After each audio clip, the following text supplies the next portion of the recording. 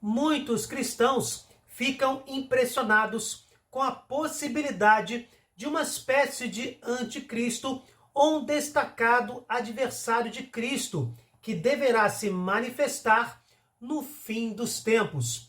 Contudo, os textos sagrados não são claros sobre os detalhes, cabendo até mais de uma interpretação sobre esses mesmos textos. O que precisa ficar bem claro é que tais textos são escritos em estilo apocalíptico, o que significa linguagem figurada, personificação de conceitos abstratos e também de realidades coletivas. Neste vídeo, vamos tentar entender objetivamente o que as linhas sagradas contidas nas cartas paulinas, nos escritos de São Paulo, o apóstolo dos pagãos, falam sobre o anticristo. Uma passagem é muito importante e essencial para essa análise. Temos aqui a famosa descrição do adversário e do obstáculo que o detém. Ninguém de modo algum vos engane, porque primeiro deve vir a apostasia e deve manifestar-se o homem da iniquidade, o filho da perdição, o adversário, aquele que se levanta contra tudo que é divino e sagrado, a ponto de tomar lugar no templo de Deus e apresentar-se como se fosse Deus. Não vos lembrais de que vos dizia estas coisas quando estava ainda convosco? Agora sabeis perfeitamente que algo o detém, de modo que ele só se manifestará a seu tempo, porque o mistério da iniquidade já está em ação, apenas esperando o desaparecimento daquele que o detém. Então tal ímpio se manifestará, mas o Senhor Jesus o destruirá com o sopro de sua boca e o aniquilará com o resplendor da sua vinda. A manifestação do ímpio será acompanhada, graças ao poder de Satanás, de toda sorte de portentos, sinais e prodígios enganadores. Ele usará de todas as seduções do mal com aqueles que se perdem, por não terem cultivado o amor à verdade que os teria podido salvar. Neste texto paulino, em particular, ao contrário dos evangelhos, das cartas joaninas e do Apocalipse, não são mencionados muitos falsos profetas, mas a ideia de um inimigo individual, caracterizado como o homem do pecado, o filho da perdição, adversário, iníquo. A perdição do homem, vale dizer, significa que o homem estaria destinado à ruína temporal e eterna. Em resumo, todos esses nomes teriam muita dificuldade para serem registrados de forma consistente na tradição, mas indicam um outro termo usado pelo evangelista São João, por exemplo, o anticristo. Quando se diz iníquo, significa que este ser imitaria Jesus Cristo com o objetivo de o enfrentar. Seria arrogante e sacrílego, realizaria prodígios enganadores que se passariam por milagres divinos e se disfarçaria de divindade, tentando substituir o Altíssimo. Em linhas gerais, um autêntico anticristo.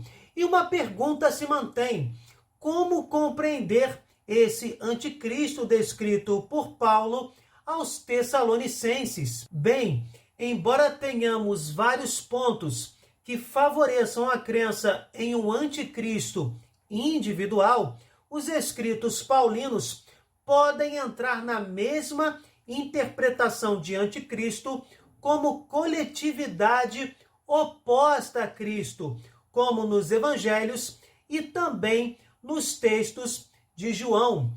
Enfim, parece que Paulo fala de um anticristo único, mas também podemos enxergar como um grupo de pessoas que negam a Cristo ao longo dos séculos.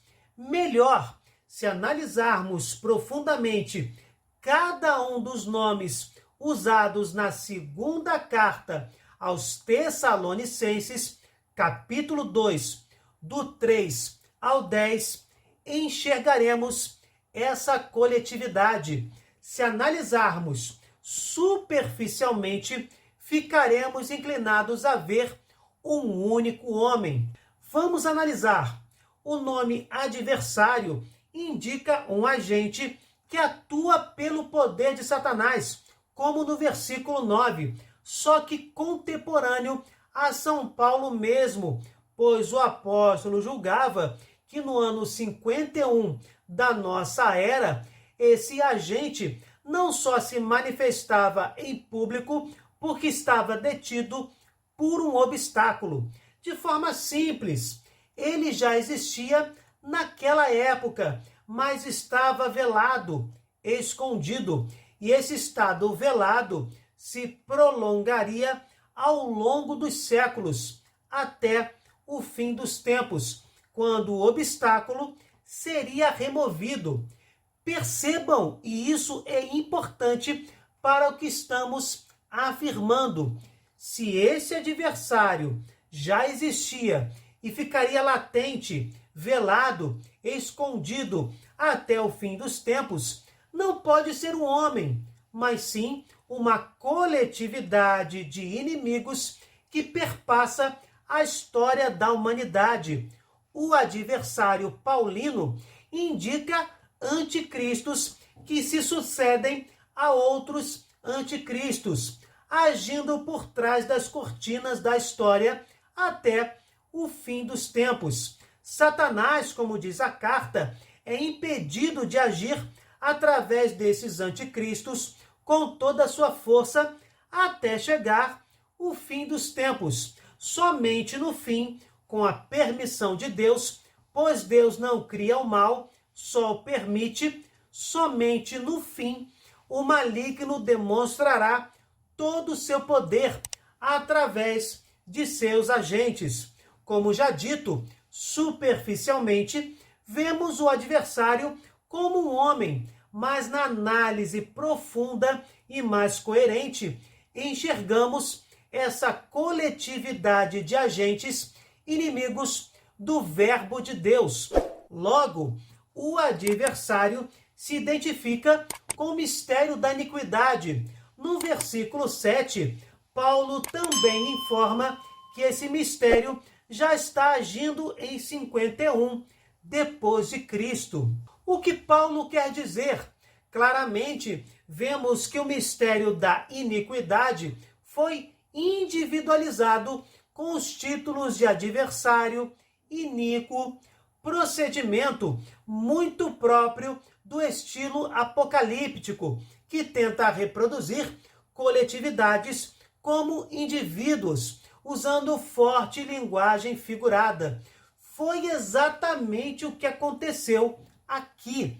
Como nos evangelhos sinóticos e nos escritos de João Evangelista, o anticristo é descrito nas cartas paulinas também como uma coletividade de negadores de Jesus Cristo que atravessa a história humana.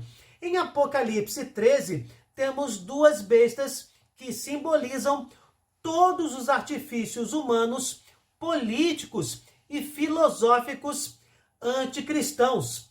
Em Apocalipse 11, as duas testemunhas representam o conjunto dos pregadores do Evangelho através dos séculos. Em Ezequiel 28, o rei de Tiro indica a cidade capital e o próprio reino de Tiro. Em Ezequiel, do capítulo 29 ao capítulo 32, todo o Egito é representado. O mesmo recurso está sendo usado neste trecho desta carta paulina. Paulo está repetindo expressões clássicas da literatura apocalíptica do Antigo Testamento. Concluindo, Da mesma forma que Paulo identifica o iníquo com o mistério da iniquidade, também ele identifica o obstáculo com aquilo que o detém, como está no versículo 6. Entre essas duas forças que se opõem, temos um paralelismo duplo. Isso significa dizer que, assim como o obstáculo já era contemporâneo a Paulo e assim perdura, assim também o adversário, o iníquo, existe desde o início do cristianismo e ainda aguarda de forma velada e latente até se manifestar totalmente por ocasião do fim dos tempos. Esse paralelismo duplo mostra claramente que o anticristo é um grupo e não um único ser humano. Porém, como já vimos neste vídeo, a análise superficial nos faz sim visualizar um indivíduo. Isso pode nos indicar que o poder maligno pode ter em um homem a convergência das suas atividades, como se fosse a representação de todas as artimanhas da iniquidade. Mas isso, meus irmãos, não significa dizer que o anticristo seja este homem, mas sim que represente essa coletividade, esse grupo. Enfim, o que vocês acharam desta meditação sobre a coletividade anticristã ao longo dos séculos? Vocês conseguem enxergá-la nos dias de hoje? Deixem nos comentários a opinião de vocês. Louvado seja nosso Senhor Jesus Cristo, para sempre seja louvado. Se vocês gostaram, deixem o seu like e compartilhem. Cliquem no sininho, se inscrevam no canal. Fiquem com Deus, desculpem qualquer coisa e até o próximo vídeo.